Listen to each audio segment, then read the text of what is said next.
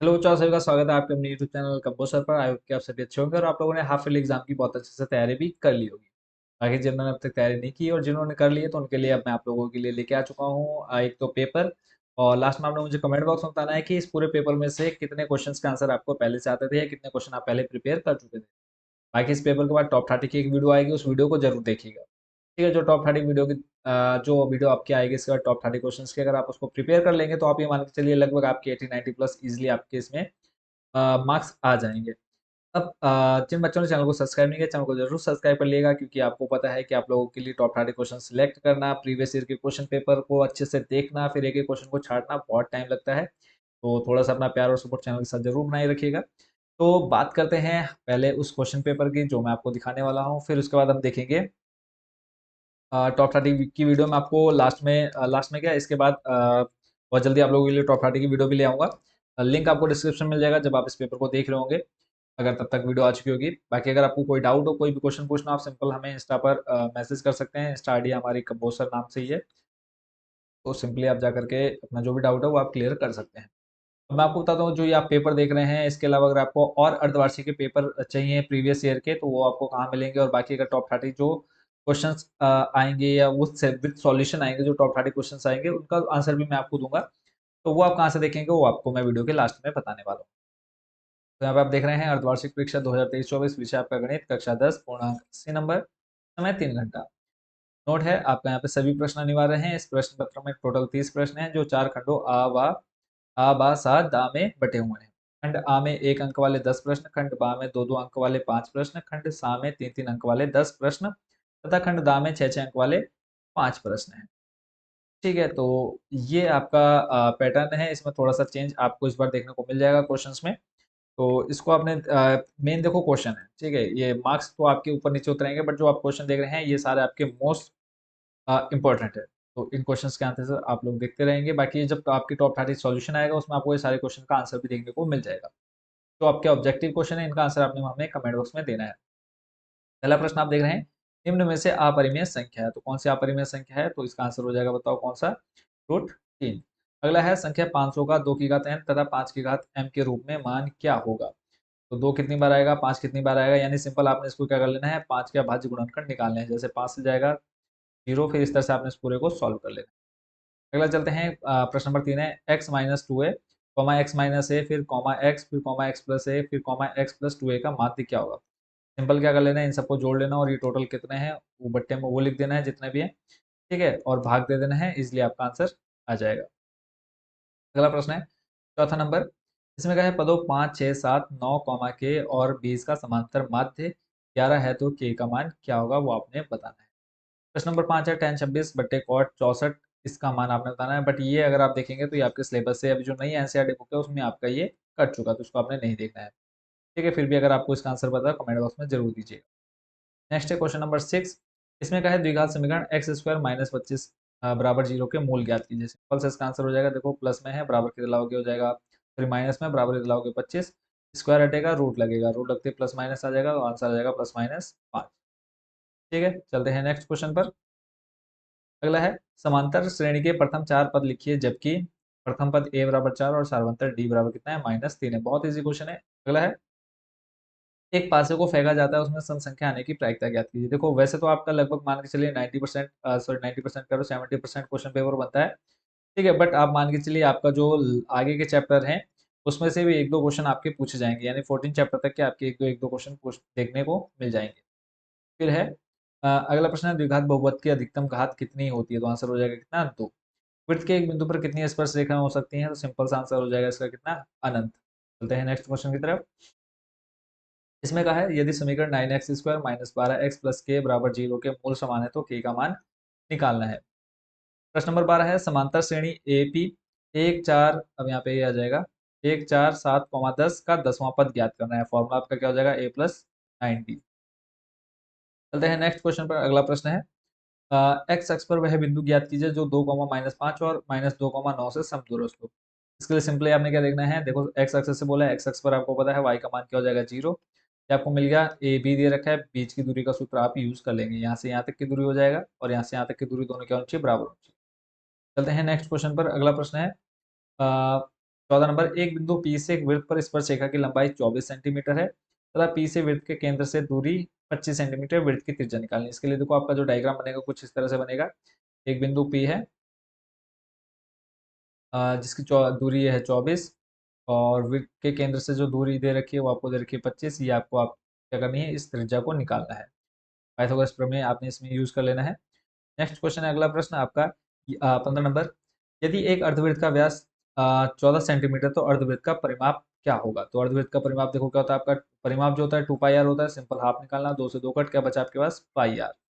Are का मान आप यहाँ से निकाल लेंगे, बट्टे 2 करके 7, तो आ जाएगा कितना, 7 गुना 22/7, 7 से 7 कट हो जाएगा 22 सेंटीमीटर।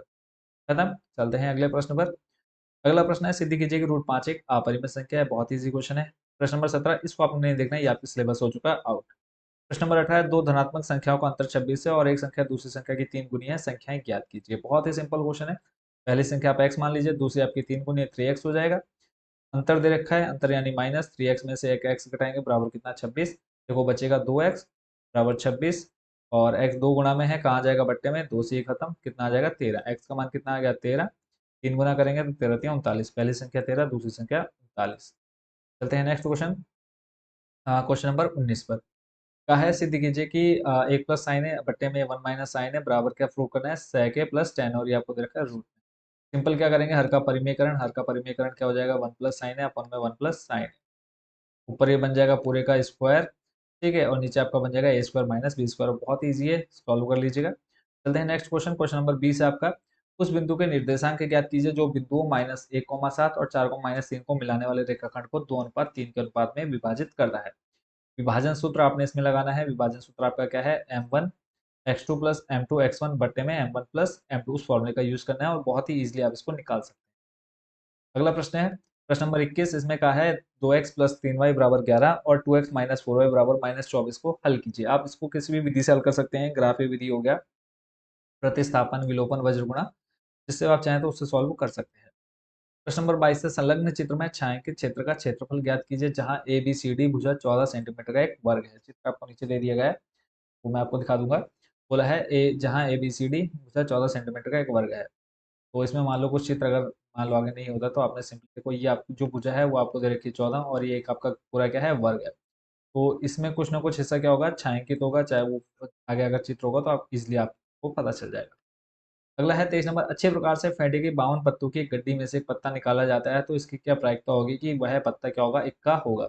52 पत्ते हैं, इक्का कितने होते हैं, 4, तो 4/52, तो कितना आ जाएगा, इसको सॉल्व कर लीजिएगा। 4/52 को ऐसे इक्का नहीं होगा, तो अगर इक्के निकाल दे ताश में तो 48 पत्ते बचते हैं, तो 48 बट्टे, ठीक है सॉरी, पत्ते आपके कितने बचे, 48, और कुल पत्ते आपके कितने, 52। तो इसका सॉल्व कर लीजिएगा, आप आंसर आ जाएगा। चलते हैं नेक्स्ट क्वेश्चन। अगला प्रश्न है, 7.8 सेंटीमीटर लंबा एक रेखाखंड खींचिए और इसे, ये आपके सिलेबस से हट चुका है, इसको आपने नहीं देखा।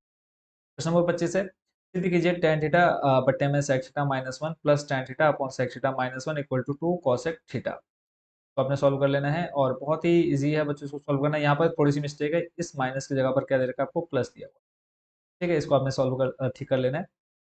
अगला प्रश्न है, दो अंकों की संख्या का योग 9 है, इस संख्या का 4 गुना के अंकों को पलटने से बनी संख्या का 7 गुना है, वह संख्या ज्ञात कीजिए।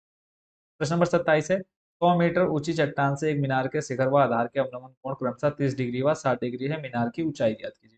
अगर हम इसके चित्र की बात करें तो एक आपकी चट्टान है, 100 मीटर इसकी जो हाइट दे रखी है कितनी है, 100 मीटर दे रखी है, और सामने एक क्या है, आपकी मीनार है। और फिर बोला है चट्टान से एक मीनार के शिखर, शिखर हो गया आपका ये चट्टान, चट्टान से मीनार का, और ऐसे ही चट्टान से मीनार का आधार के अवनमन कोण, यानी अवनमन कोण आप इस तरह से बनाते हैं, तो पहला आपका ये जो बनेगा देखो, ये आपका हो जाएगा 30 डिग्री, ये आपका हो जाएगा 60 डिग्री, ठीक है। वैसे आपके जो एंगल बनेंगे यहाँ पर पहले 30 आएगा क्योंकि अवनमन कोण, और ये आपका 60 आएगा, बट हमको पता है कि अगर हम इसको इस तरह से बनाएं तो जो एंगल आपका वही यहाँ बनेगा, वही आपका एंगल यहाँ बनेगा। अगर ये 30 है तो ये भी कितना होगा, 30 होगा। तो क्यों, एकांतर कोण आप लोगों ने पढ़ रखा है क्लास 9, ठीक है। तो ये 30, ये 30, ये 60, तो ये 60 हो जाएगा।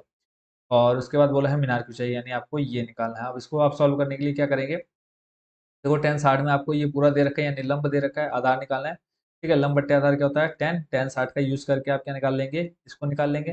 जितना ये होगा उतना ही ये हिस्सा होगा, फिर इसका यूज़ करके और थीटा का 30 का मान यूज़ करके आप ये इतना हिस्सा निकाल लेंगे, सिर्फ इतना। ठीक है, ये निकल जाएगा।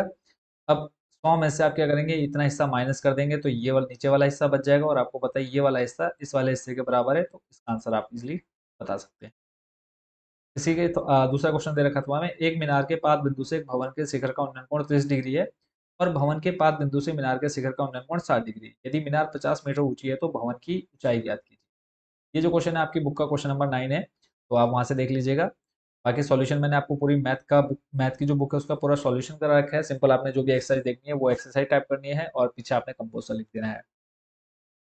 प्रश्न नंबर 28 है, निम्नलिखित आंकड़ों का बहुलक ज्ञात कीजिए। वर्ग अंतराल दे रखा है, बारंबारता दे रखा है। सिंपल आपने बहुलक का फॉर्मूला यूज कर लेना है, ठीक है। और फॉर्मूला आपका क्या होता है वो आप सिंपली एक्सरसाइज में जाकर के सॉल्यूशन इसका देख लीजिएगा। प्रश्न नंबर 29 है, एक डिब्बे में 5 लाल कंचे, 8 सफेद कंचे और 4 हरे कंचे हैं। इस डिब्बे में से एक कंचा यादृच्छा निकाला जाता है, इसकी क्या प्रायिकता है कि निकाला गया कंचा लाल हो। लाल कंचे आपके पास कितने हैं, 5। कुल कंचे कितने हैं आपको, 8 4 12, 12 और 5 कितना हो जाएगा, 12 और 5 हो जाएगा 17, 5/17। हरा नहीं है। हरे कंचे कितने नहीं है आपके पास, हरे कंचे है कितने, 4। 4 को छोड़ दो, 8 और 5 कितना हो जाएगा, 8 9 10 13, 13/17। प्रश्न नंबर 30 है, चित्र में छायांकित भाग का क्षेत्रफल ज्ञात कीजिए। यदि केंद्र ओ वाले दोनों सकेंद्रीय वृत्तों की त्रिज्या क्रमशः 7 सेंटीमीटर तथा 14 सेंटीमीटर है, एंगल एओसी बराबर इतना दे रखा है। बहुत ईजी है। आपकी जो एक्सरसाइज है 13.2 सॉरी 12.2 या 3 में आपको ये देखने को मिल जाएगा। इसी के अथवा में आपको जो क्वेश्चन दे रखा है, सर्कस के एक तंबू का निचला भाग बेलनाकार है और ऊपर से शंक्वाकार है। यदि बेलनाकार भाग का व्यास और ऊंचाई क्रमशः 126 मीटर और 5 मीटर है तथा तंबू की कुल ऊंचाई क्रमशः 21 मीटर है, तो तंबू को बनाने में प्रयुक्त कपड़े का क्षेत्रफल ज्ञात कीजिए। तो इस तरह से बच्चों आपने ये पूरा पेपर अच्छे से देख लिया और आई होप कि ज़्यादातर क्वेश्चंस का आंसर भी आप अच्छे से समझ गए होंगे। तो अभी आपको पेपर कहाँ से मिलेगा और जो टॉप 30 क्वेश्चंस आएंगे विद सॉल्यूशन वो आपको कहाँ देखने को मिलेंगे वो मैं आपको बता देता हूँ। बाकी वीडियो बहुत जल्दी आ जाएगी, टॉप 30 क्वेश्चंस विद सॉल्यूशन बहुत अच्छे से आपको एक्सप्लेन कर दूंगा, ठीक है। और जिन बच्चों ने चैनल को सब्सक्राइब नहीं किया, सब्सक्राइब जरूर कर लीजिएगा, क्योंकि जो भी लेटेस्ट वीडियो आएगी आपको तुरंत देखने को मिल जाएगी आपके एग्जाम से रिलेटेड। और बाकी एग्जाम टाइम पे मैं आपको सब कुछ तैयार कराऊंगा, चाहे कोई भी सब्जेक्ट हो आपका। सिंपली आपने अपने मोबाइल में टाइप कर लेना है कंपोजर। कंपोजर टाइप करते ही आपके सामने हमारी ऑफिशियल वेबसाइट आ जाएगी। इस पर आप क्लिक करेंगे तो आप आ जाएंगे हमारी ऑफिशियल वेबसाइट के पेज पर, फ्रंट पेज पर, होम पेज पर। और उसके बाद आपने 3 डॉट पर क्लिक करना है। नीचे आप थोड़ा स्लाइड करेंगे, हाफ ईयरली क्वेश्चन पेपर देखने को मिल जाएगा। थोड़ा सा नीचे आएंगे, क्लास 10 अर्धवार्षिक प्रश्न पत्र, और उसके बाद नीचे स्लाइड करेंगे, यहाँ पे आपको सभी सब्जेक्ट के प्रीवियस ईयर के क्वेश्चन पेपर देखने को मिल जाएंगे, हाफ ईयरली और ईयरली क्वेश्चन। ठीक है, तो मिलते हैं बहुत जल्दी टॉप 30 क्वेश्चन के साथ। Thank you so much watching for this video.